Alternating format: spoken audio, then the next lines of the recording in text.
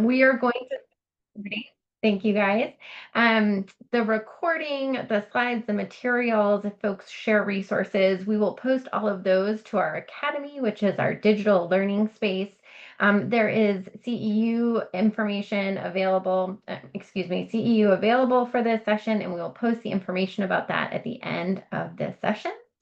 I know that all of you or the majority of you are in person and have probably already done some introductions, but we want this to be a time and a space for connection with your colleagues, with oral health stakeholders and veteran stakeholders in your state. So we invite you to introduce yourself if you are joining us virtually.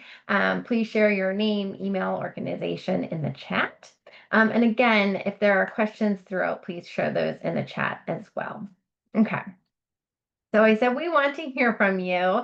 We're going to engage in several different ways throughout this session, but one of those ways is through Slido. So we have a QR code here. You can go to slido.com and use this reference number. Those are two different ways you can get to Slido, and we're going to use that to post a few different questions and polls to all of you throughout the session. I think Shayla just posted the link and the number in the chat. And I believe those of you with us who are all together in person have this QR code at your table. So if you can take a second, get out your phone, scan the QR code, and get Slido up, you'll be ready to answer our first poll in the next few slides. Okay. These are our learning objectives here. This is tied to our CEU, and these are also available on our Academy.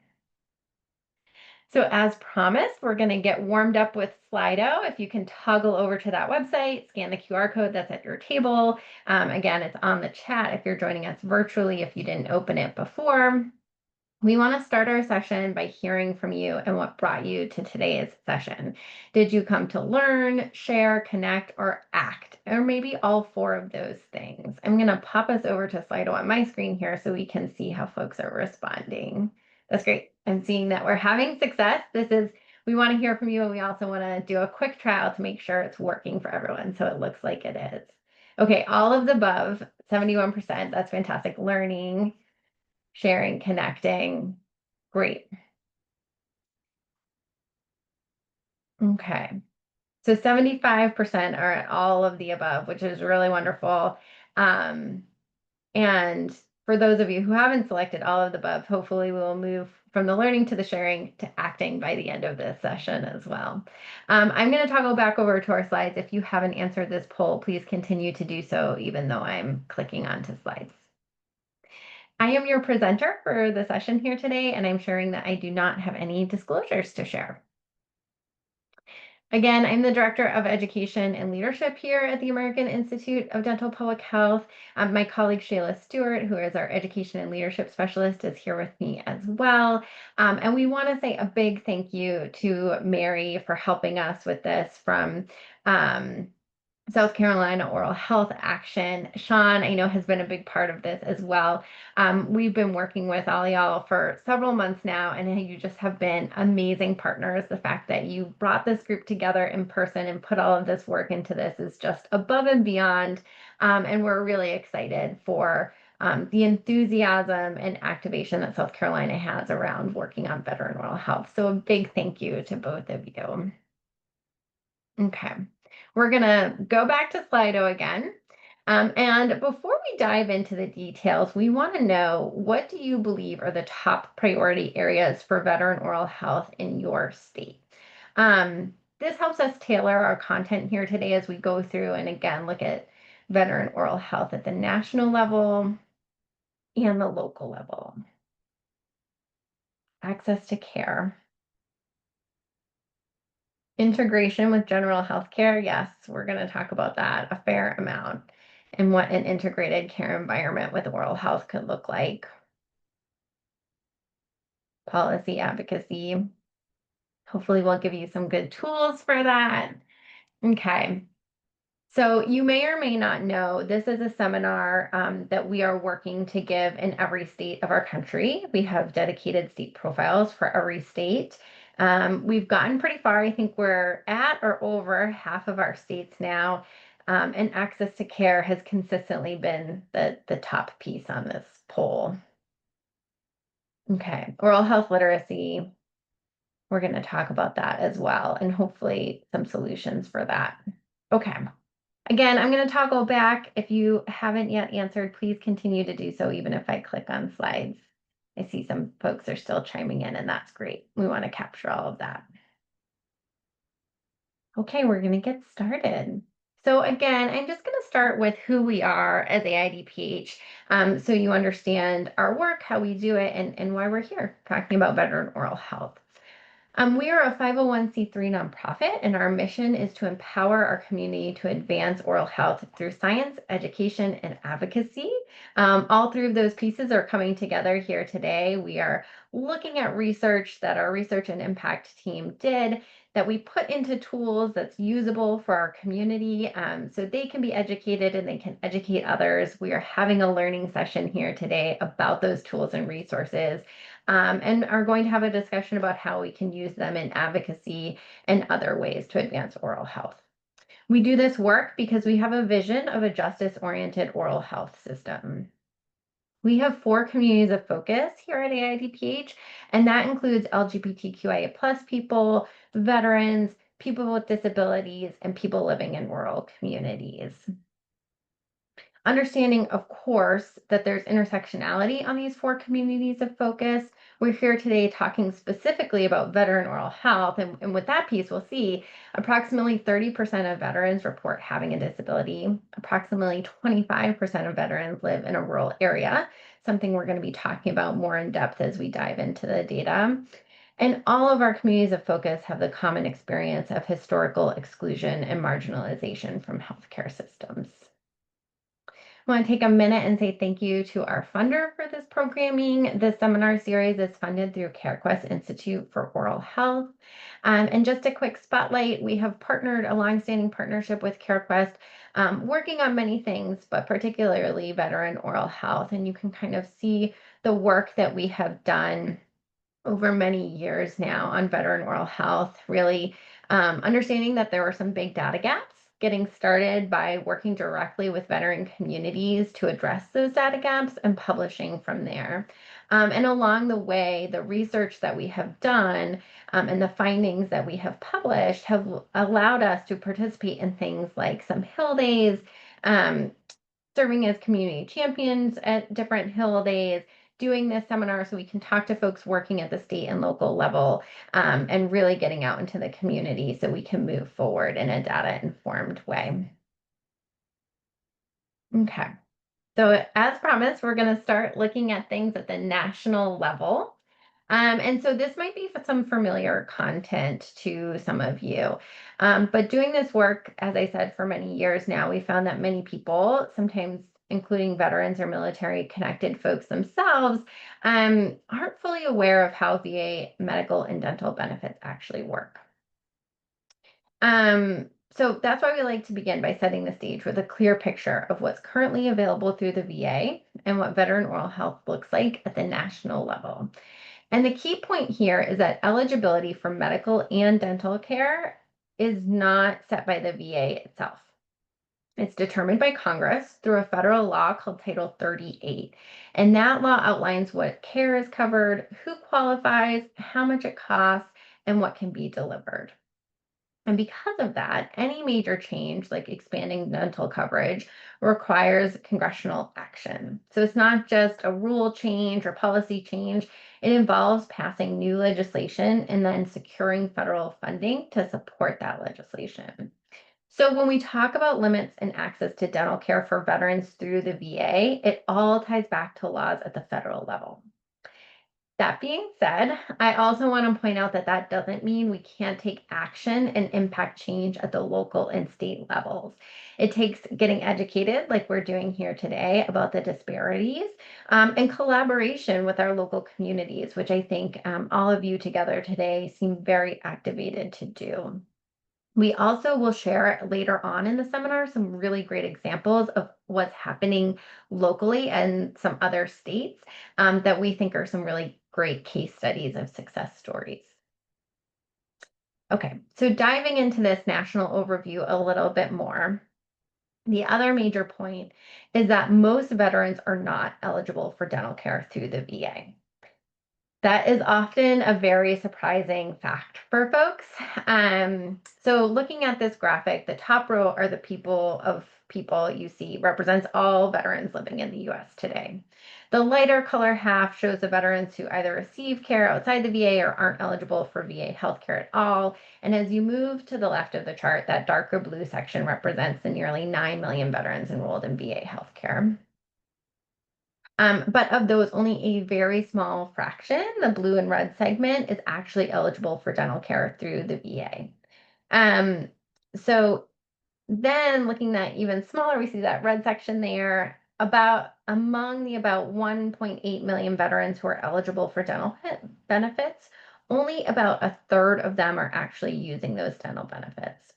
We need more information and to look into the data more to understand that completely, but we know that barriers to care and lack of awareness can play a big role in that utilization piece. So ultimately, we're left with a really inequitable system. Veterans either aren't eligible at all or face a fragmented oral health landscape that makes it hard to get consistent, high quality care. And we know that that problem, I actually think I heard when we were doing our tech check, I think I heard some mention of diabetes, some mention of chronic disease, some mention of the connection of oral systemic health. We're going to talk about all of those pieces. So I'm really glad those pieces already came up for you this morning. We know that these problems are even worse for veterans living with chronic conditions, where good oral health is very critical. So we're going to look at that a little bit more. So veterans living with chronic conditions like heart disease and diabetes, again, I heard that mentioned, are especially vulnerable to oral health issues. And what's even more concerning is that veterans with these high risk, high cost conditions are more likely to lose all of their permanent teeth. And we see poorer oral health outcomes for veterans than non-veterans, even if they've seen a dentist in the past year. So access alone isn't solving the problem. Again, even when veterans are getting dental care, many still face some of the worst oral health outcomes compared to non-veterans. A big reason for that is the lack of the integrated care. We talked about that at the top of the call as well. So these chronic conditions aren't being addressed in the coordinating care with oral health. And that's frustrating because the VA is the largest integrated healthcare system in the country. It's uniquely positioned to manage complex care for veterans with multiple chronic conditions. But since most veterans aren't eligible for dental care through the VA, they're missing out on that critical coordinated care piece, which leaves major gaps in their overall health outcomes. So diving into this a little more specifically, this is research from AIDPH that we conducted in partnership with CareQuest. These pieces, we're going to talk a lot about vetdental.data.org today. That is our website that is a compendium of our research. So comes from a publication on that website. We'll share that later on in the seminar. So this comes from research that really focuses on the connection between chronic disease and oral health. So even after controlling for factors like income, education, and whether someone lives in a rural area, we found that veterans with diabetes were still 40% more likely to be edentulous, meaning that they have lost all of their natural teeth, compared to veterans without diabetes. And that's really an indicator of just how strongly chronic disease can impact oral health outcomes. So just as concerning are the findings related to heart disease. Veterans with heart disease were 30% more likely to be completely edentulous compared to veterans without heart disease. Okay, so let's look at this at a systems level. What we really want to highlight here is that this isn't just about poor oral health outcomes or reduced quality of life. Those are obviously very serious concerns, but it's also about the broader health income impact and the cost of care. So when dental care is managed as part of an integrated healthcare system, like what the VA could offer if dental coverage were expanded, there's a clear opportunity for cost savings, especially for veterans with chronic conditions. So some of our recent research shows that for every $1 invested in dental care as part of diabetes management, there's a $1 savings in related medical costs. And with heart disease, it's even more striking. Every $1 spent on preventative oral health care can result in $2 saved in heart disease management. So at that point, dental care isn't just a health benefit, it's paying for itself. It's a healthcare system savings. That's really important context to keep in mind as we look at chronic disease trends in South Carolina and consider what potential solutions might look like there for y'all. So looking at, here's a community spotlight for rural veterans. We talked about rurality and the fact that veterans disproportionately live in rural communities. And so these are data points that, again, collected through research with AIDPH and CareQuest, coming from the data set of BRFIS, as well as data access through the VA. Okay. Another piece I want to highlight here is that we always try to conduct our research, or more often than not, conduct our research in a mixed methodology, pulling in qualitative pieces to really understand the stories behind the quantitative data that we're pulling through. So this is a quote shared by a working age veteran living in Maryland, unable to afford care. And I really think that sharing this here highlights the voice of the veterans, um, understanding the impact and that they're asking for help. Okay. So I mentioned vetdentaldata.org, and Shayla or Annalise might have popped this in the chat already. The state profiles that we're talking about here today are available on this website. The research that I've mentioned thus far is available in publications on that website. And we also have a few different interactive dashboards on that website that I'm going to talk about. So these are some interactive insights on rural veterans, cost of care, and state-based indicators. We have an entire tab dedicated to rural veterans. And while the data aren't available from MEPS, which is the Medical Expenditure Panel Survey, on a state level, they can be evaluated by region. So you can get a sort of proxy for state level data with that rural piece. So just looking a little bit about how you can use these interactive dashboards and dial into what things look like in your region or state. So when you click on the rural tab, it will take you to the interactive dashboard on rural veterans. And then across each indicator, it's clear to see that rural veterans delay dental care due to cost. They spend more out of pocket on dental care, and they struggle to find accessible locations for dental care. And this is veterans, this is all veterans. It's just veterans versus rural veterans versus non-veterans, like some of our other pieces. And again, these are interactive dashboards that are all available for you to use.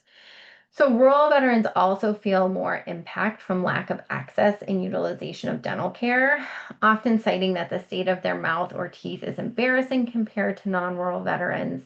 I think we saw that reflected a little bit in that quote that we shared. Rural veterans also struggle more with a functional dentition, which is likely leads to the data points we see around increased cost of care and that higher emergency department use. Okay. This is looking at just some of the publications we have available on vetdentaldata.org.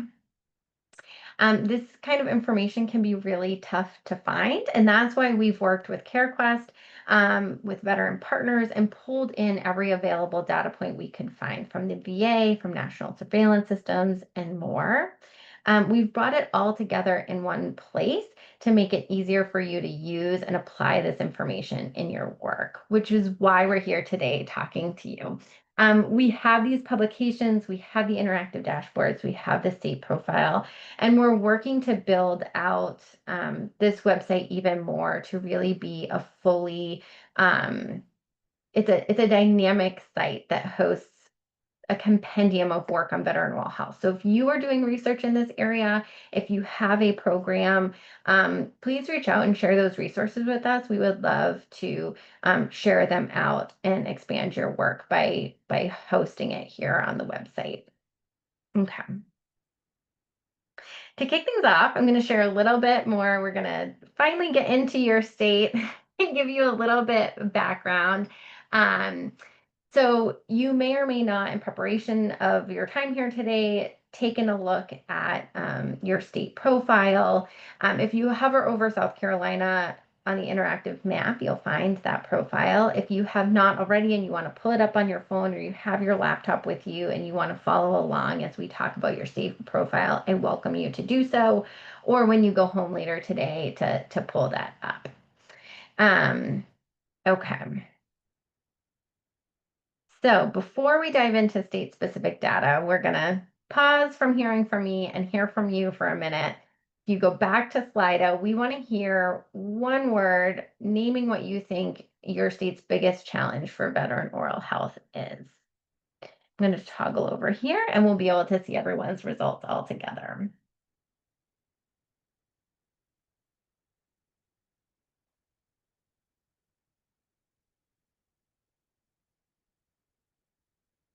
And I think we have at least a few folks who are joining virtually who aren't in person.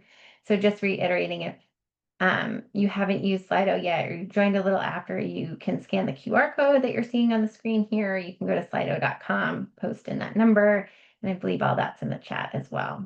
Okay, this is great. Folks are really responding. So access to care, clinical navigation, access to care, access or uninformation, access, disorganization, cost, affordability, access to a payment method, funding.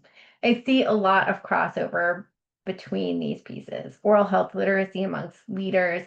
That's really great. Oral health literacy comes up a lot, and I think it's important that we distinguish what audience we need those resources for. Transportation, uninformed, misinformation, knowledge of what's available. Okay. If folks also are willing to share in the chat, I would love to hear more what folks are thinking around the information and awareness. If it's just a lack of information, I'm seeing misinformation. So is there bad data out there, bad information, or it's just a need for more awareness?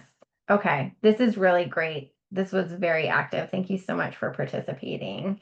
Okay, I'm going to toggle back to our slides. If you are still typing something in, please feel free to do so. We will capture all of that. Okay, so now we're really getting to why you are here, information on your specific state. So we put these state profiles together to answer a simple but frequent question that we were getting, and that was, what does veteran oral health look like in my state?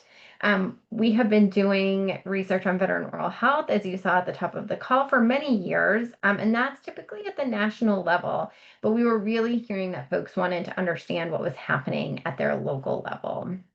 And that's what drove us to develop these profiles and to do this seminar, quite frankly, because once we developed those resources, we didn't want those to just sit on our website. We wanted to make sure that folks understood they were there, that they were able to use them, and that we were hearing again from you, what upgrades do you need? What additional resources? We have the data. What can we develop with that data for you that's helpful in your work? So it's just much about listening and learning from you. You know South Carolina best. Your data, your context, your communities, your insights help us improve these profiles and the resources that we have. So please share that out. We've done our best with the data available, and while it's limited, these profiles aim to offer clear, visual, easy to use information that can support conversations and decisions across different audiences.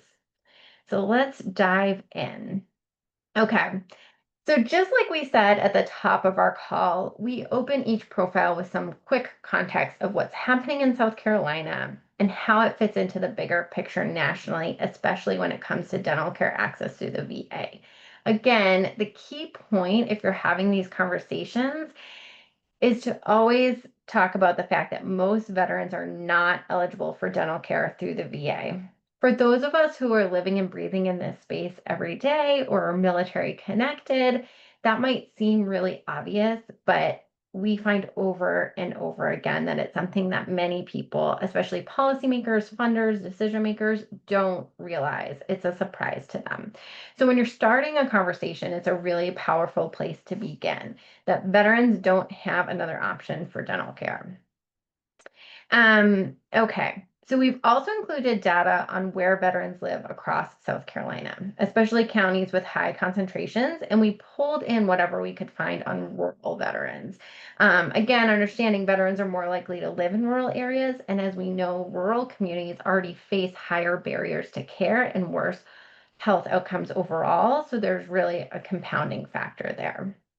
So right up front, we hope this gives you useful county level insights to support better informed local decisions about how to deliver care and improve access. So again, kind of this green area down here is looking at those top counties for you. There's information on the map, understanding how many veterans live in a rural county in your state. Okay.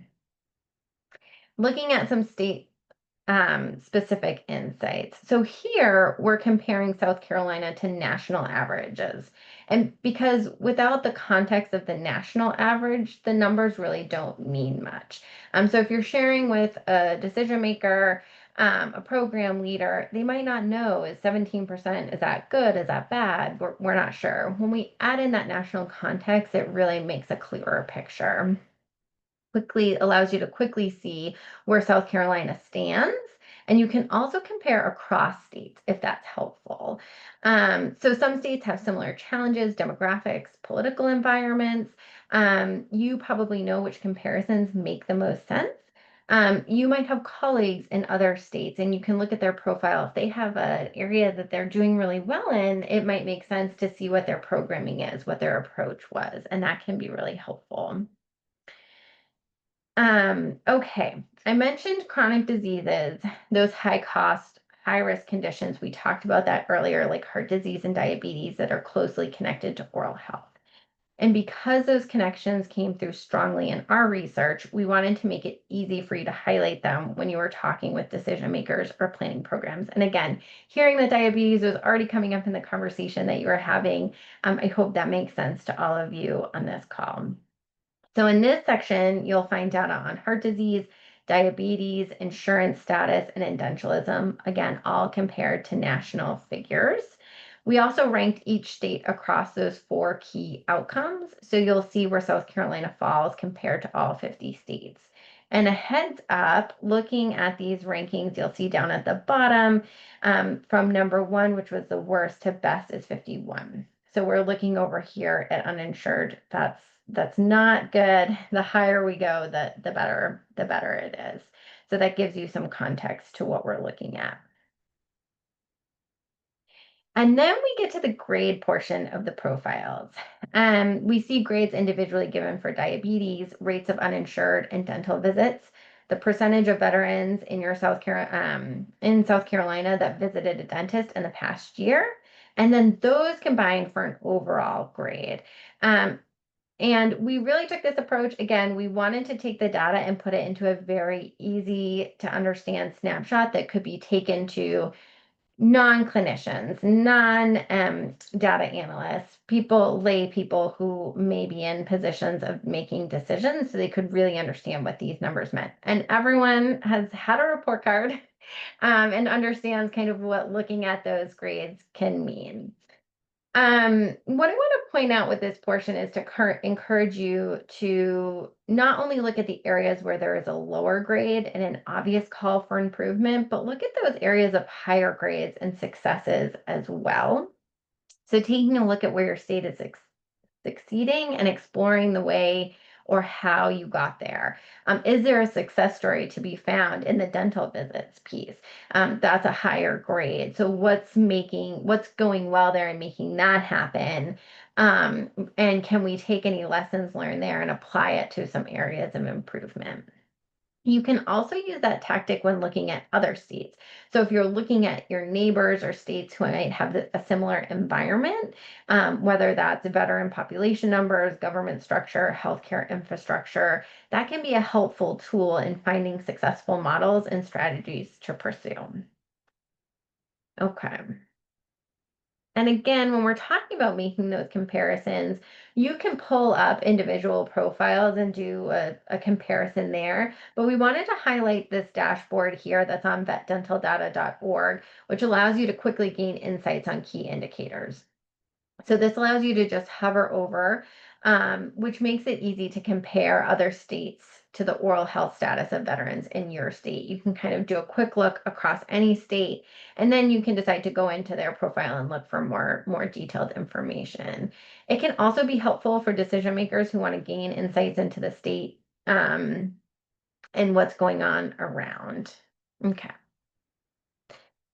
So this is a chat, but I know we have a large group of you in person. So we would love to hear from you all. What is one barrier that is not in the data, but you know is real for veterans in your community? So are you seeing something in your work that isn't reflected here in the data that we need to make sure we're talking about, or is maybe a call for us to look into more? So Mary and Sean, if you guys want to help facilitate folks sharing that, for those of you joining us virtually, you can put that in the chat and we'll read it out, or you can come off mute.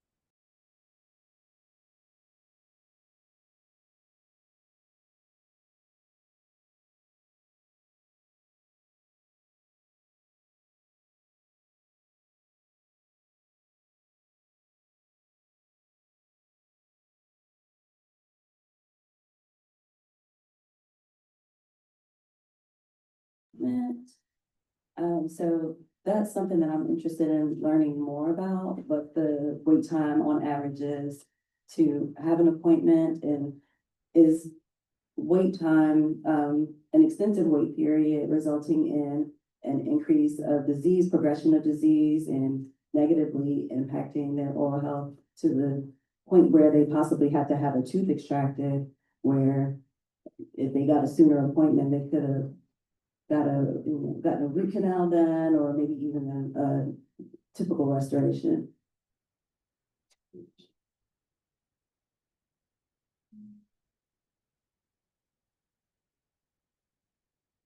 The answer to move was that I think she said answer we can ask him. Oh. Food deserts. So how that plays a role of getting access to food that contributes to like heat, diabetes, and all that. So Okay, I need to address that. Okay. And so for those that may have answers in the room to these questions, yes. So we have heard extended wait times being reality, food deserts, which could contribute to the chronic disease issues. Any thoughts or solutions on that, or resource scraps? All right. My knee is doing good. We're gonna hold it.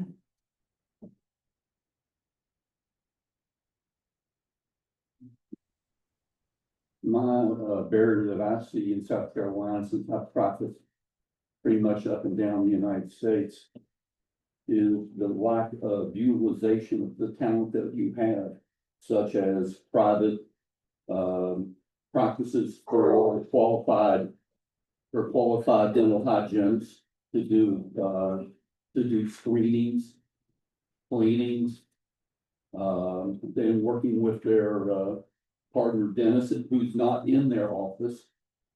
Also, the use of expanded dental function assistance and those type of items, because this is a waste of talent. And that goes to legislation. Oh, I'm making a friend.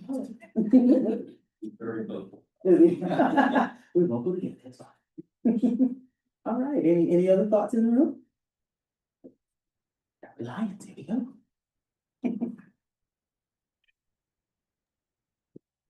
Well, this one has been mentioned, but not explained, and it seems to be key, which is why such a small fraction of veterans are eligible. It seems like the solution to this is to increase eligibility. Doesn't make any sense to have only 15% eligible. Nobody's explained why that's the case or what determines eligibility. So I don't see how we can fix this unless we increase eligibility. And then the question becomes, do we have the workforce to manage the increased load? Great question, okay. Answer. Oh, you have answered, wait a minute. Hang on to your question, Michelle. She's young enough, she might have to write it down. You might have to write it down, otherwise, okay.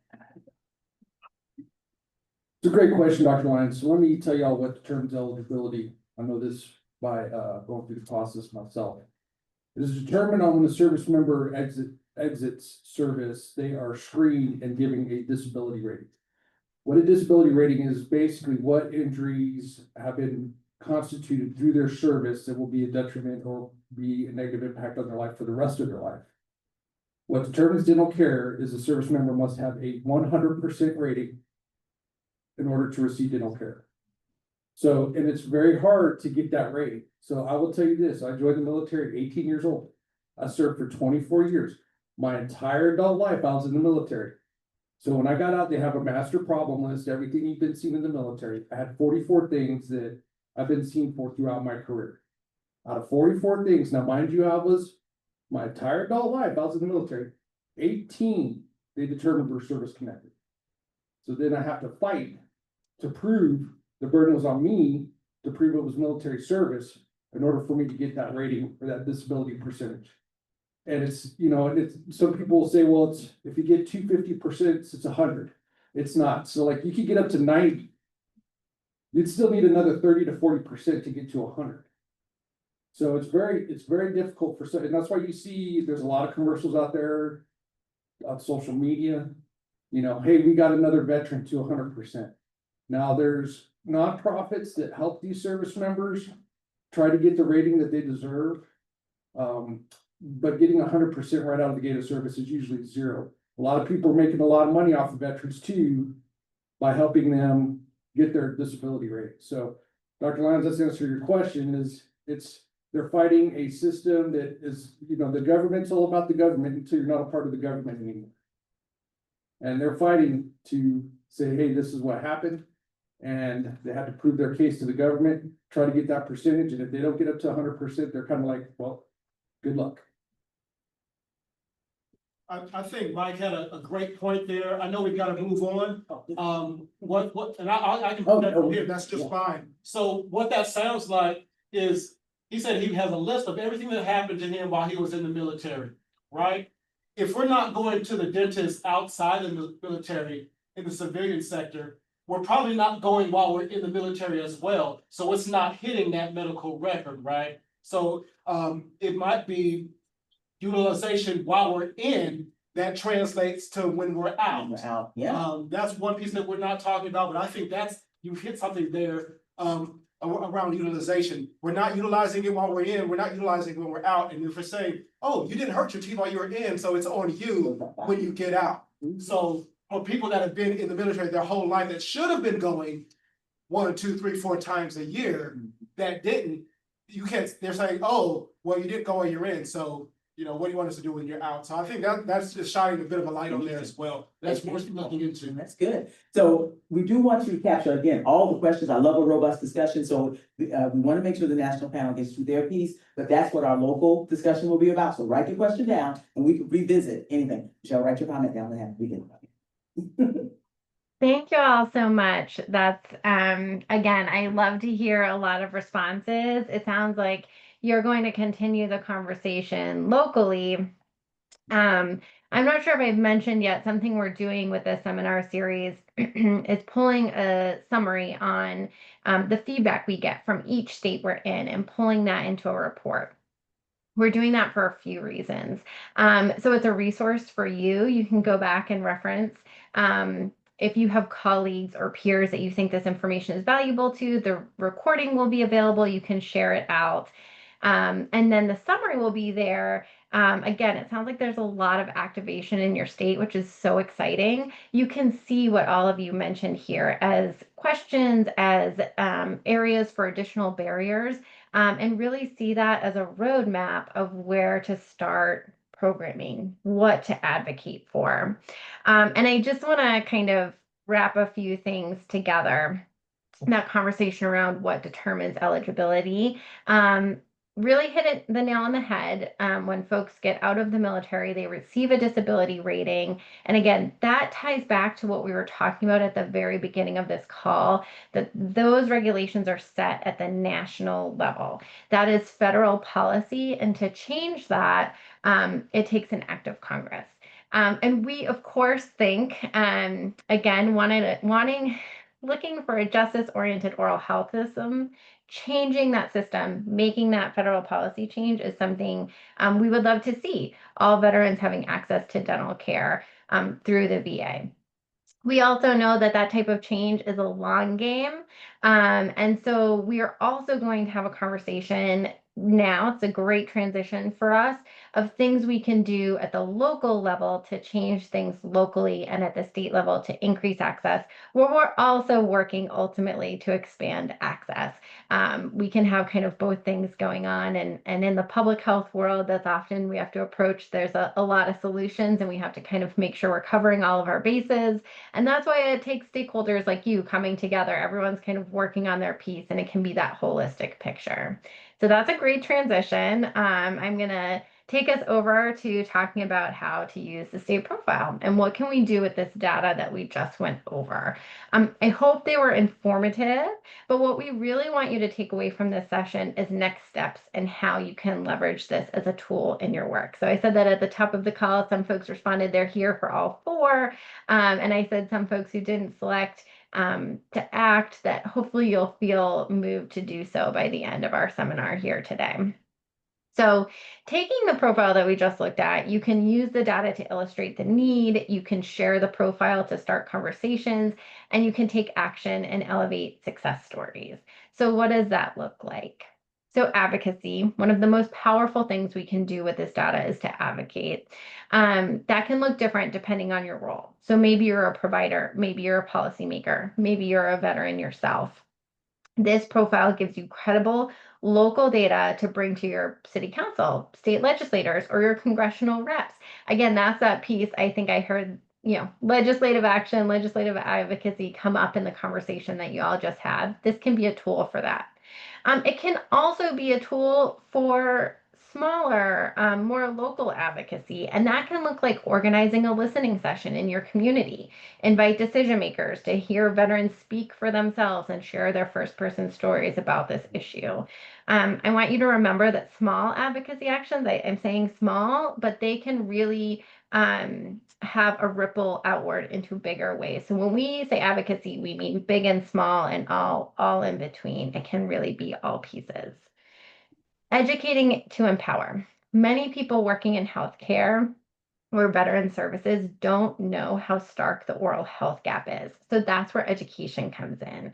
You can use this profile to lead maybe a short talk at your organization staff meeting, maybe bringing it to another coalition. When stakeholders are informed, they become allies, and that's how we build momentum. And it's really also an opportunity to collaborate across silos.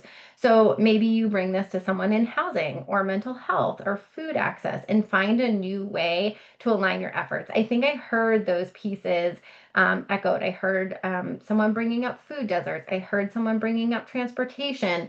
So really, if you're working in oral health, if you're working in veteran services, making those out of the box connections amongst all of those pieces, it sounds like you already have that mindset to do those pieces, which is really fantastic. Informing strategic decisions. So this data is a tool for strategic thinking, whether you're leading a nonprofit, managing a health program, or advising on policy. You can use the state profile to help decide where to focus. That can be an actual where, looking at that map, looking at those counties that have the highest veteran rates. Maybe it's a rural county with no dental providers, or it could be issue related. So maybe it's the where is starting with diabetes, right? And that chronic disease management connection. It also helps you make the case for why you're investing resources where you are. And if you're doing evaluation or reporting, it gives you a baseline of where you've started as a state and here's where you're trying to shift. So in that vein, we can talk about also how this profile can bring in resources for organizations. So grant makers and funders, they want to see data and they want to see it grounded in the community. And this profile gives you that. You can use it as a problem statement for your grant, again, making the case of why a program is needed or why you need to focus resources here. It can show the gaps in the care. And you can also cite it as a foundation for what your solution will address and as a benchmark if you're measuring outcomes and deliverables for a program that you're doing. Okay. So I'm going to skip over to a poll. And Mary and Sean, I also want to do a check. We're just a few minutes before 11:30, but since we started a few minutes late, we probably have a little bit more content to cover. I just want to do a time check of where you all are. If you want to shoot us a quick DM while we do this poll and make sure we're being mindful of your agenda, that would be fantastic. Okay, so if folks can pull up Slido, we, like I said, want to be leveraging these tools in our research to best serve the work that you are doing. So we want to hear from you about what additional tools would be most helpful to your work. And I'm going to toggle over here. So again, if folks haven't brought it up, they can scan the QR code. And I'm just going to look for a quick time check in the chat.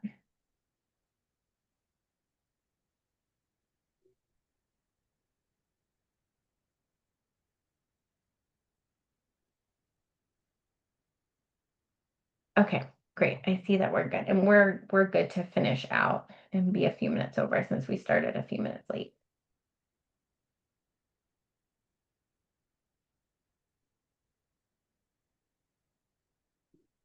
Okay. Education materials, research finding training modules, policy briefs, education materials being the highest there. I think that's reflective of maybe the more information and the health literacy pieces we were seeing reflected earlier in the call as some major issues. And if folks want to share in the chat too about, again, the audience for those education materials, is it veterans themselves, patients themselves? Is it care coordinators, clinicians? Is it policymakers to make change? I'm going to toggle us back over to our slides, but again, please keep answering the poll if you haven't put in your answer yet. Okay. So again, that was a really great transition about talking about, yes, there is systematic change that we can make to change the eligibility piece. And that takes a long time and is a big lift. And there are definitely things that can happen at the state level that can increase access to care while that is going on. I said at the top of the call, we would share some success stories from states that we think are really innovative and good examples of approaches.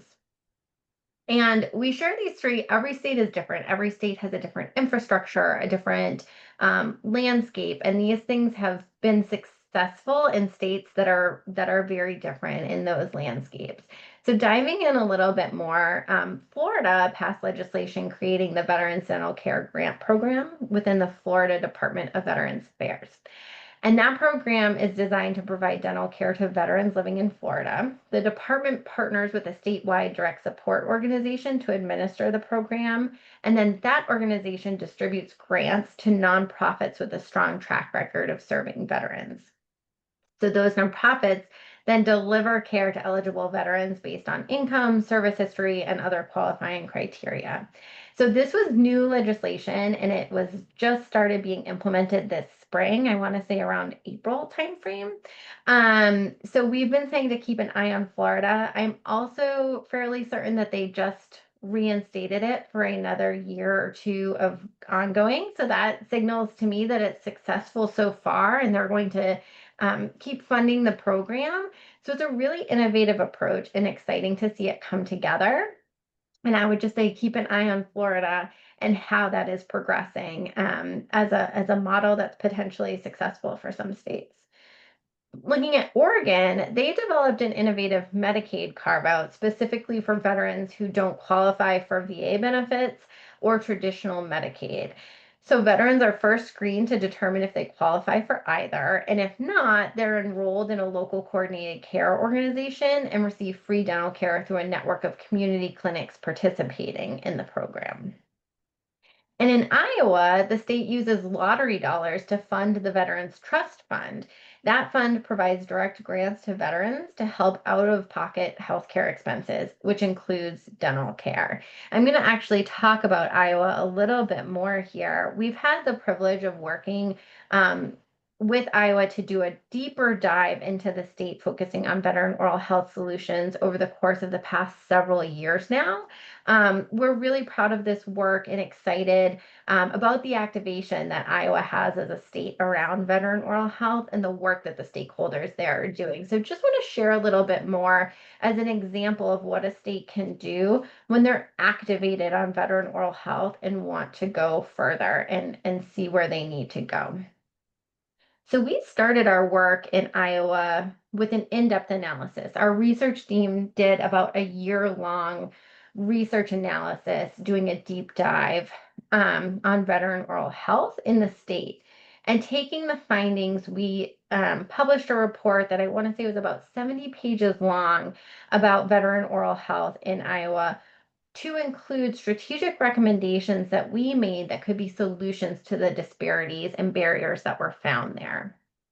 From there, we were able to take the findings and those strategic recommendations out to the community, to the stakeholders themselves.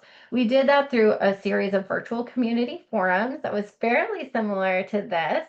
And then we culminated it with an in-person summit on veteran oral health in Iowa after doing those virtual forums over the course of a year. So through those conversations, we were able to get feedback from the stakeholders, understand what strategic recommendations were viable for them in their environment, and what stakeholders were most activated to move forward. We summarized all of the findings and feedback from the stakeholders from those sessions, and we are now publishing a strategic report that it gives a very clear roadmap and pathway to move forward on those strategic recommendations that were identified as the most viable and best fit for Iowa. These are some of the top strategic recommendations that were included in that report that we initially published, of course, looking at that top one that we were recommending to strengthen and expand the Iowa Veteran Trust Fund, because it is such an innovative and helpful approach to expanding veteran oral health. Okay, so I'm going to pause us here, and I'm actually going to stop my screen share for a moment and just want to see if there are questions that folks have that we can answer. And I know it might take a moment for folks who are in person, so we will give an extra second for that. Yes, you got one question here, let's start off. Thank you so much for your excellent presentation. If I'm looking at the data report correctly, it appears as if 10% of the veterans are uninsured, but 69% actually received a dental visit. So I'm curious as to what is happening to fill in that gap. Is that a lot of donated time? Is that volunteer clinics? Is it working with dental schools? What's actually happening? And is the solution to build on that, or what are your thoughts around that? Yeah, so I'll give an initial answer and I'll ask Annalise to chime in as well if she has thoughts. So the initial answer is we don't really know. We say that we need more data on where veterans are getting their care. And that's for a few different reasons. Sometimes the data from places like Medicaid or the VA aren't publicly available and we can't get it there. And then the other piece of that is some places might not know that they are serving veterans, that they are actually have veterans in their clinic for care. And so that's actually a conversation that comes up a lot on these calls, is a call to action for better surveillance and better data gathering. Sometimes understanding what the landscape looks like in your state is as simple. I say simple, I know sometimes change can be hard, but it can be as simple as changing an intake form and a call to action for private care clinics, for FQHCs, to make sure they're capturing the information and understanding if they're serving veterans, so we can answer that question that you just posed. How are they getting care? Where are they getting care? Which will better inform where that barrier or block is. Annalise, do you have anything to add there? I agree with everything you said, Liz. And I think the only additional sort of point of clarification and potential additional information is that in your report card, we measured those data indicators are from the Behavioral Risk Factor Surveillance System, which is the best state-based data that we have. Most surveillance systems don't offer state-based data. And as we all know with BRFIS data, the oral health indicators are fairly limited. So we squeezed as much data as we could for these state report cards from that. We also pulled some data from the VA. That 10% number is from medically uninsured veterans. We actually don't know how many veterans are dentally uninsured because BRFIS doesn't collect that information. We can surmise that the number of dentally uninsured veterans is much, much higher for a few different reasons. One being, as we said at the top of this call, most veterans who have medical coverage through the VA, 75% of them do not have dental coverage. So I suspect the number of dental visits is impacted by being dentally uninsured. And then just reinforcing what Liz said, we just simply don't have the numbers. Those data are not collected anywhere. And what I look at when I see data gaps is a point of opportunity. So this is clearly important information, and it's a place where we could activate to get that data. And just to follow up, make sure my question was clear. What's interesting to me is that according to the report card, it says that 69% of veterans in South Carolina actually visited a dentist in the past year. So to me, that's a lot considering the low insurance levels. And so I was just sort of curious as to, they are visiting the dentist, so how is that happening? Is it self-pay? Is it volunteer time? Or I just wondered if anyone had any insights on what's really happening. And I can speak to that a little bit. And I'm done. So I'm George Bumberg. I'm a retired Army colonel and was in the dental corps with the Army for 22 years and enjoyed that very much. I spent 8 years with the VA. I was a service chief here in Columbia at Dorn for 4 years and 4 years in Birmingham as well. A veteran is somebody that's been in the service, like Sean or me or Mike, other folks with the veteran cards. But that could be 2 years to 40 years.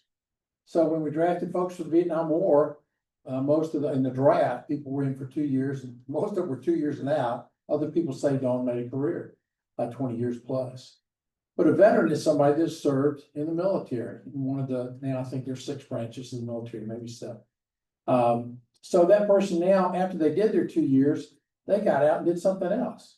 They went back to school and did something, or they got a job, or they worked for FedEx, or they did something else.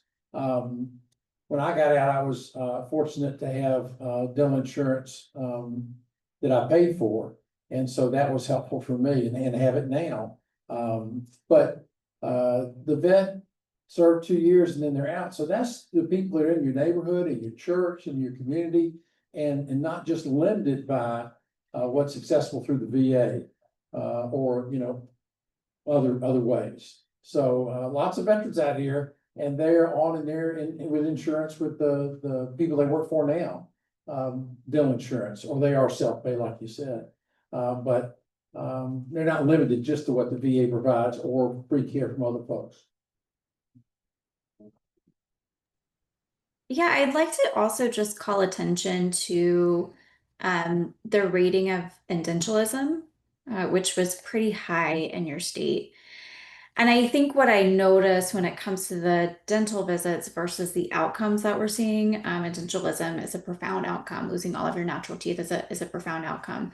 I think I would speak to, and I can't see who's in the room, so I'm not quite sure who was just speaking, but thank you for bringing that up, that you know, veterans who leave service may have been in service for a long time, a short time. According to VA data, about 70% of veterans are aged 50 years and older. So we understand that there's a lot of different factors at play, but I noticed that there is a distinction between the number of dental visits that veterans are reporting to have in this data and a mismatch between the outcomes that they're experiencing. There are high rates of heart disease, high rates of diabetes, and this really plays into an understanding of whole person health and treating the whole veteran, because dental visits is one component of that. But I'm noticing that some of the outcomes that are noted in your state are affecting the oral health negatively. And it may be, again, a point of opportunity for your state to explore why that's occurring, whether this is an age-related condition, exposures. I know we saw that in the chat too. We don't know all of the answers, but I think it's pointing to a gap here that could be explored further. My name is Amber Santana. I'm a provider development specialist for Valley Gate Dental Surgery Centers, and I kind of, please correct me if I'm wrong. I actually used to work for the VA in Dayton, Ohio. And I also believe that part of the reason that veterans were getting exams, but then they weren't actually getting the treatment, again, kind of goes back to that eligibility. So if they were 20%, 30% disabled, they could get the exam, they could come in for a problem visit, but then when it came to the treatment, I'm sorry, you're not eligible. So, you can, we would kind of direct them to other places sometimes, or we could extract the tooth. So that was the only treatment that we could give them in that moment. Maybe we could have saved it with a crown, maybe we could have saved it with something else, but the only option we gave them was, we can extract the tooth for you, not even today, we'll wait a week, but otherwise you're not eligible. And I know that would be a really big hot button for those veterans. And I felt for them because they're in pain, they were able to come in for, we gave them hope that they were able to come in for that exam, but we cannot treat you. Yeah, thank you for sharing that. And I think that's why it's so important to come together and have conversations like this. It's a complicated situation. There's a lot of factors going on. I think one, starting with education and understanding that this population faces disparities, and then continuing to have community conversations, make the connections again. For folks who are doing the work and doing the work in maybe many different types of organizations, coming together and sharing the information of the programming that you're working on, so we can get to those education materials, additional information, so we can find those points of care and those solutions, and really understand where we can point folks in the direction to, while we also work on maybe some systems change or some new programs to increase access. It's a multifaceted, complex piece. So again, props to everyone here in the room. I think maybe we could pull one more question and then we can talk about closeout and next steps. Does anyone have anything else they want answered? Anyone else? If you have thoughts, write it down. We've got already a great starting point for our discussion. Welcome. Liz, I'll ask one question. Looking at the strategies that were listed, looking at Iowa and a few of the other states that were there, it looked like, correct me if I'm wrong, it looked like a lot of the best case strategies that were there were around funding, carving out funding from Medicaid, getting lottery dollars. Were there anything that you saw that were not specifically funding based that were beneficial solutions? Because we know that money is tight and hard to come by. It's very hard to come by in South Carolina. So and we'll talk about this in our panel, but was there anything that you guys saw on the national level that was not directly due to funding that came forward as a best case solution? Annalise, I see you nodding. Do you have any thoughts? Yeah, a really interesting point that we just came across in one of our VRTs yesterday in Idaho was what popped into my mind first. And it was actually Delta Dental Insurance Company of Idaho created a special plan for veterans where they had access to prevention. And it's a pilot program. So it's very new, and they were sharing kind of their lessons learned, but they were able to offer a heavily subsidized prevention plan to veterans in Idaho for $10 a month.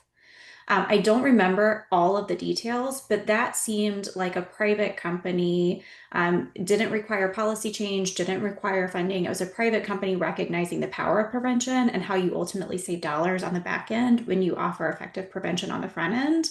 And I thought that was a really neat it was a really neat model to see a private insurance company stepping up and helping veterans. And I haven't heard of something like that before. So I'm kind of excited to talk to them about it more and share more about it when we have more details. But, I like to think about this as a problem that has a lot of different solutions, and some of them take more time than others. So we're looking at the upstream or systems level changes. AIDPH and partners across the nation, including people like you, are working to change federal policy. We have to expand eligibility within the VA to give more veterans coverage. And that takes a long time. I think we've seen some wins over the past few years, but those federal policy changes are slow. When we think about those midstream options, states can talk about funding Medicaid dollars, lottery dollars, et cetera. I understand that sometimes that's a hard sell too, but unfortunately in this country, your healthcare coverage is inherently tied to money in one way or another. So then when we think about the local community levels, or those kind of downstream options, I think about things like hosting dental clinics, Missions of Mercy. A lot of dental schools step up and provide free dental care for veterans. We have all kinds of special events that we can do to provide free dental care. That's not a solution, that's a Band-Aid. We know that. But those are what come to mind for me. And unfortunately, I can't think of any other options that don't include money. And veterans, like almost every other American, experience a siloed and fragmented healthcare system that ultimately does impact their oral health outcomes. And I just don't have a good way to get around that. I think that's a really great summary, Annalise. And I would put forward one other thought for your state, particularly. You all seem so activated on veteran oral health. Again, I've mentioned how exciting it is that you're in person. And something that states can do, that coalitions can do, is pull together a veteran oral health specific coalition. It might be its own entity, it might be a committee within your oral health coalition. And that those folks can kind of have a strategic overview of the initiatives that people are doing at that downstream, midstream, upstream to really hopefully get things on, get coverage across those pieces. So you could ensure that folks who are doing those Mission of Mercies, those one-day pieces, maybe you can advocate for more or really promote them so they have a bigger coverage. You can organize those days of action if you're looking for state-based change at the legislation level, as well as go to the national level. And I would propose that since there is so much activation in your state, that could potentially, it seems like folks would be ready to come together and really have that strategic oversight of those different pieces that need to be happening simultaneously. And I know we're tight on time, so I'm going to dive into our next steps. I'm just going to share my screen and give you a few. I'm going to potentially share my screen. Let's see. I might have lost my slides here. Okay, to bring us through to our next steps. So I hope that you're feeling activated by the information and the conversation we had. I know it's a lot to take in. It can feel overwhelming to the point of there needing to be many solutions. So we just want to leave you with one easy step to take to make sure that you maintain momentum. We're giving you a call to action and asking if you, before next month, can share the state profile with one new person or organization. And to make sure that we have accountability, that we stay engaged and encouraged, I invite you to either share that in the chat or share it with each other for those of you who are with us in person. From a next steps perspective, we are having CEUs for today's session. Those are hosted on our Academy. Shayla is going to post the link here. I know some of you are in person, so we will email it out to Mary and Sean and to the registrants to make sure that you have that. It's also at aidphacademy.org under the VRT. We will be posting recordings, resources, discussion for today on the Academy. We are also working to gather stories from veterans in your state. using our storytelling form. This is an incredibly important part of our advocacy. I talked earlier about how we tie first person stories to the data to really bring home the impact of these health disparities that we're seeing. So we're going to share our storytelling form. If you are a veteran yourself, if you know a veteran and you feel willing or called to share the form with that veteran or share your story yourself, we ask you to do so. It is really helpful. It's completely anonymous. And when we're having those conversations to do the advocacy work, talking to those legislators, those stories really go a long way and helps us raise your voice as a veteran. Again, you can find all of the links to today's resources on vetdentaldata.org. And we leave you with the idea that veterans deserve equitable oral health. We look forward to seeing what takes shape in South Carolina. Thank you so much for being with us here today. I hope you continue to have a wonderful conversation and that we hear from all of you soon. Thank you so much. Thank you all. Yeah, give them a round of applause. Great discussion. All right, well, we were happy to have them as far, to kick off a robust discussion in the room as well. So now